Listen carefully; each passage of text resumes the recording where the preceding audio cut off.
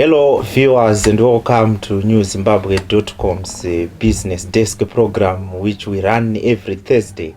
This afternoon we are blessed to be hosting the Confederation of Zimbabwe Retailers President Mr. Denford Mutashu, who will be assisting us to unpack some of the challenges which the retail sector is facing. Welcome, Mr. Mutashu. Thank you for having me on the program. So maybe to begin with, recently we learned that local authorities increased their licensing fees by up to 600%. Would you mind shedding more light on the types of licenses and the impact of these increases?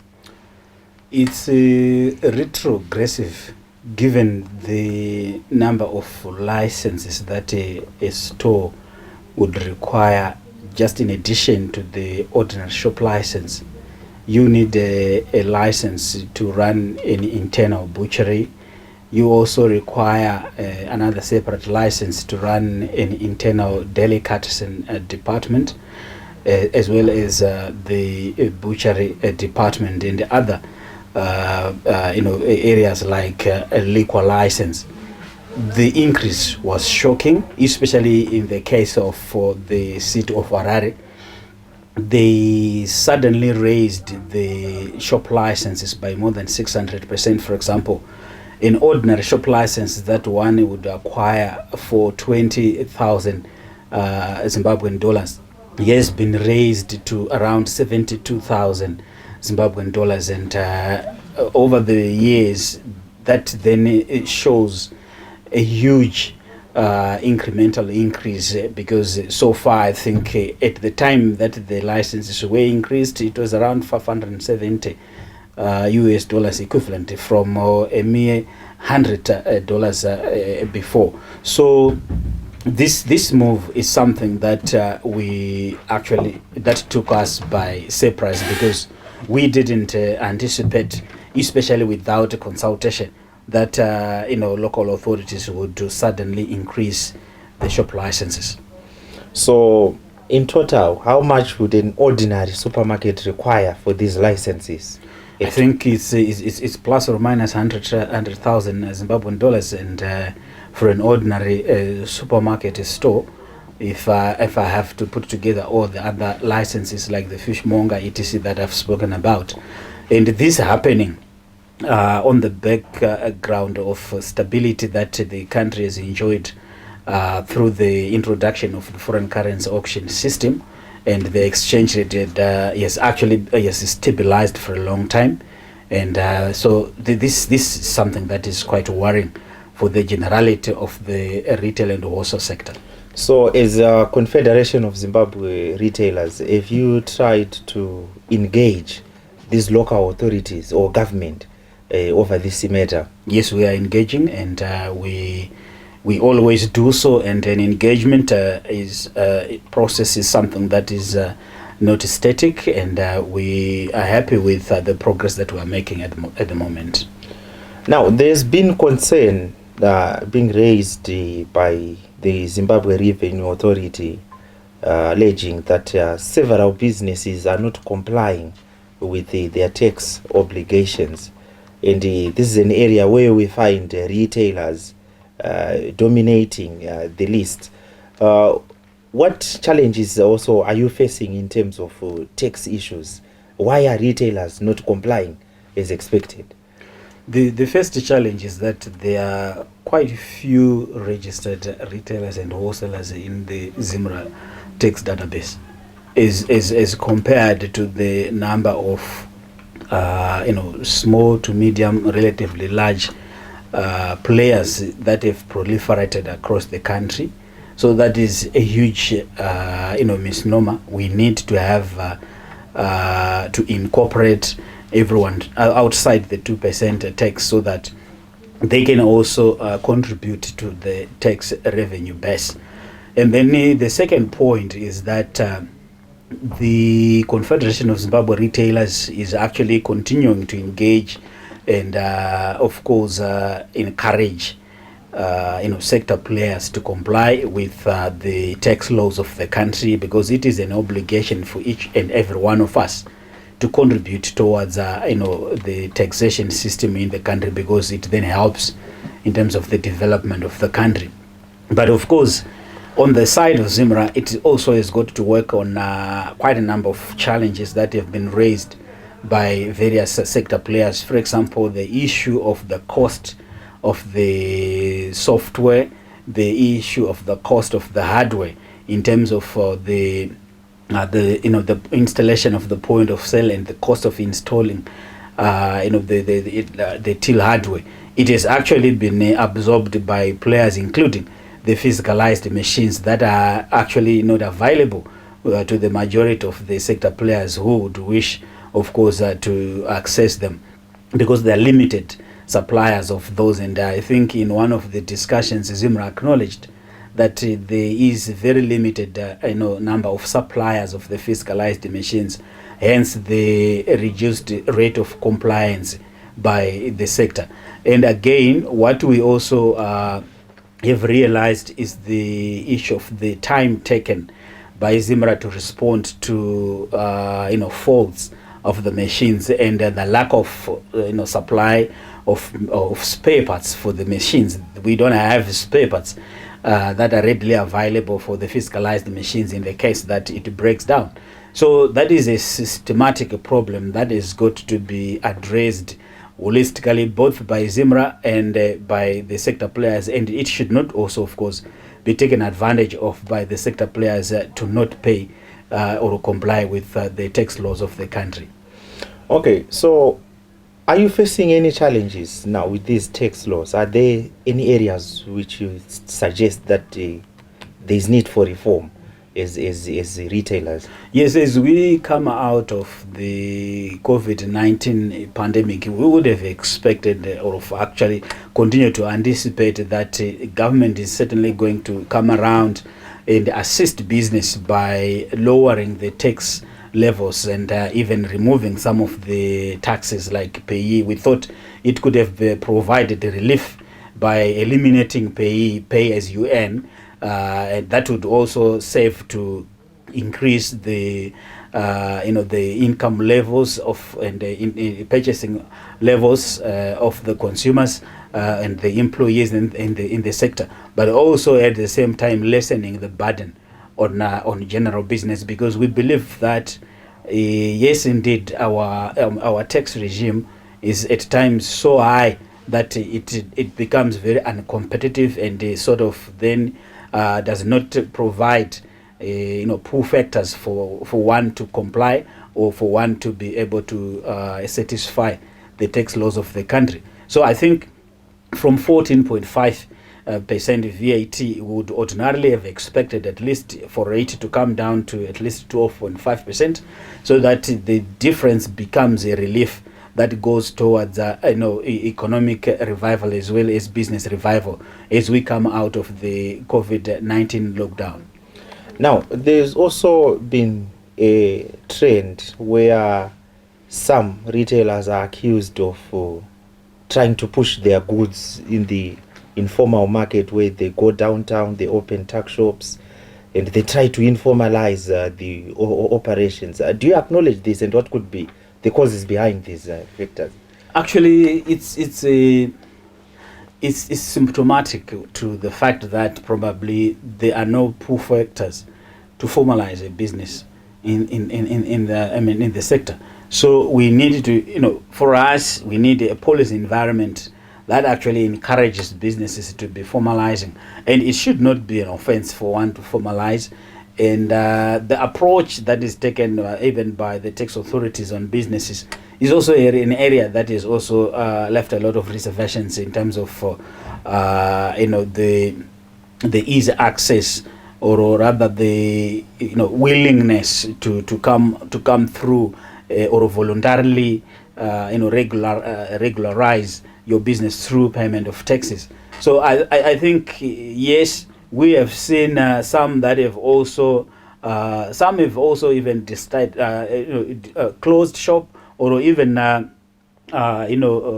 reduced the size of their businesses, and they see benefits in operating in an informal environment, because if you remain formal, for example, you are operating side by side with somebody who is informal, and they're enjoying all the benefits that come with you trading in an informal environment. You don't pay your taxes, you don't meet any statutory obligations. Sometimes even in terms of employee leave, pays, etc. There isn't any formal approach to business in such regards. So one, then, if you compare even the pricing, this is why you find that most prices in the informal sector are actually lower than in the formal sector, because the formal sector pricing is got to cater for for a lot of other expenses that a formal business is got to go through, like overheads, rentals, taxes, etc., as compared to an informal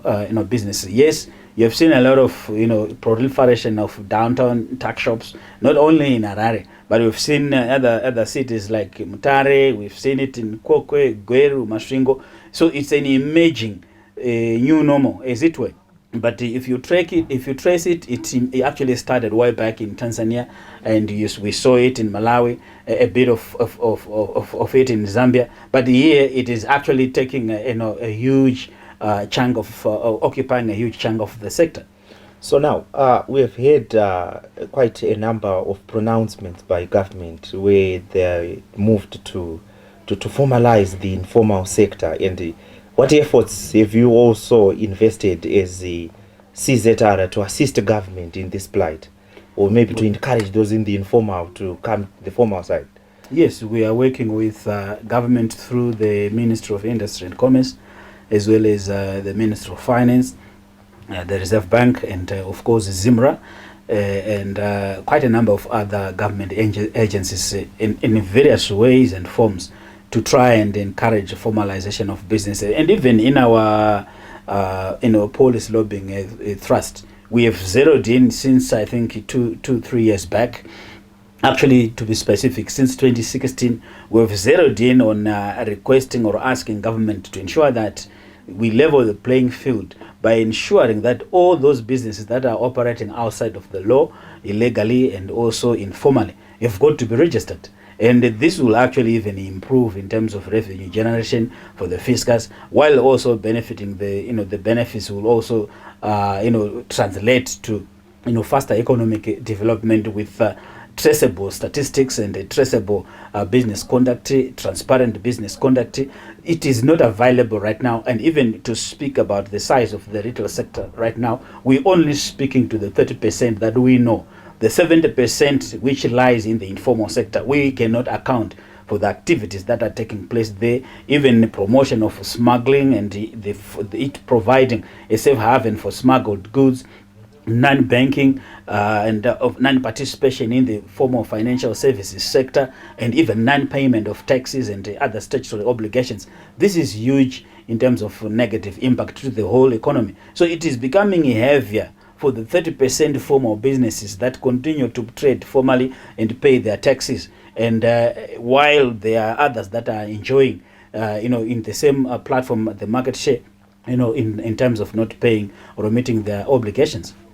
Okay, so now just going towards this issue of the availability of goods, we have seen the Reserve Bank of Zimbabwe trying to make efforts through availing foreign currency for raw materials, and so since June, have you seen any improvement in the supply of locally produced commodities? Yes, it's encouraging, because remember, before we even went on a lockdown, our focus is the Confederation of Zimbabwe Retailers, and our working together with the Ministry of Industry and Commerce towards import substitution, as well as the promotion of the local content policy and driving of exports. We have been quite earnest in terms of our approach to ensure that there is increased number of locally manufactured commodities, and almost all the key basic commodities are actually manufactured locally, and of course bearing the lockdowns that also affected the movement of raw materials from across borders. But what we are facing right now is a scenario where there has been increased output from manufacturers and suppliers, and of course increased uptake by retailers and wholesalers of locally manufactured goods, and that is actually, I'm sure, saved the country in terms of hemorrhaging of foreign currency. So as we speak right now, the shelf right now I think constitutes 60% locally manufactured goods and 40% imports. But of course that ratio may of course change or vary as borders open. We may actually see increased movement of other finished goods, formally or informally, other through legal or illegal crossing points, and that may also even push the ratio. But so far I think we are happy with the trajectory. This is the reason why we are participating in the operationalization of the local content policy, so that it buttresses the drive towards industrial revival, while also helping in terms of curtailing imports. But our focus then out of that is to have a robust export strategy as a country. Okay, so now there's also been a problem in the reported in the past years, where there have been concerns that we've got around 32 illegal entry points around our borders, and this is leading to smuggling. This obviously affects the retail sector. How is this situation as of now in terms of smuggling and illegal entry points? Our point of departure is to limit or curtail or suppress smuggling through the legal crossing points, and hence we have actually even encouraged government to come up with robust measures of investing in modern scanners and reduce the human interaction, the human factor, so that if someone brings in their goods, the machinery, or rather the machines, we digitalize. With the machines, we check the quantum, we check the quality and everything, so that when you have got to pay your duties, it has actually come through a robust system, a scanning system that does not cheat, that does not shortchange anyone. You pay a fair price, government receives their fair share. So I think government can do more in terms of investing in those digitalized and of course modern technology. We have seen, I've given an example of Guangzhou, for example. You can't smuggle even the smallest of the items. You cannot enter also with even a tiny needle. So this is the robustness that we're talking about. If one is carrying illegal goods, drugs, etc., it's picked there and then. So I think we need to invest in that. Begin with the controls in terms of the legal crossing points before we can also then come to invest in terms of stopping the movement of goods through illegal crossing points. So now, in light of the COVID-19 lockdown restrictions, projections were that the retail sector will be one of those sectors which will be hard hit by this pandemic, and predictions were also made in terms of the number of job losses that were likely to be suffered. How has this situation been in terms of job losses? If you may share maybe some estimates. Yeah, I think we have lost quite a number of jobs, and we are talking about, I think, about 40% of employees that had to be laid off, especially at the beginning of the 21-day lockdown and succeeding 2-week reviews, because naturally, because of the COVID-19 restrictions, a business needed or was required mandatorily to reduce the number of employees, because we fell within the essential service sector, but needed to reduce the number of employees that would be found at a workstation at any given time. So given the labor intensiveness of the sector, where we employ a huge chunk of the generality of Zimbabweans, we needed to shed so that we could sustain businesses. But so far I'm happy that because of the reopening and relaxation, some have begun to rehire those that had been laid off. And of course, the alcoholic beverage sector was also even hard hit, because it remained closed until the last 2 weeks, when we continue to lobby with government, together with the alcoholic beverage manufacturers, and government then allowed for the reopening, staggered reopening of the sector. And we are happy about that because a lot of employees lost their jobs. I think when we did the consummation, I think more than 60% of the employees lost their jobs in the alcoholic, beverage, retail and wholesale sector. But so far, out of the more than 16,000 bottle stores and bars across the country, some have actually reopened.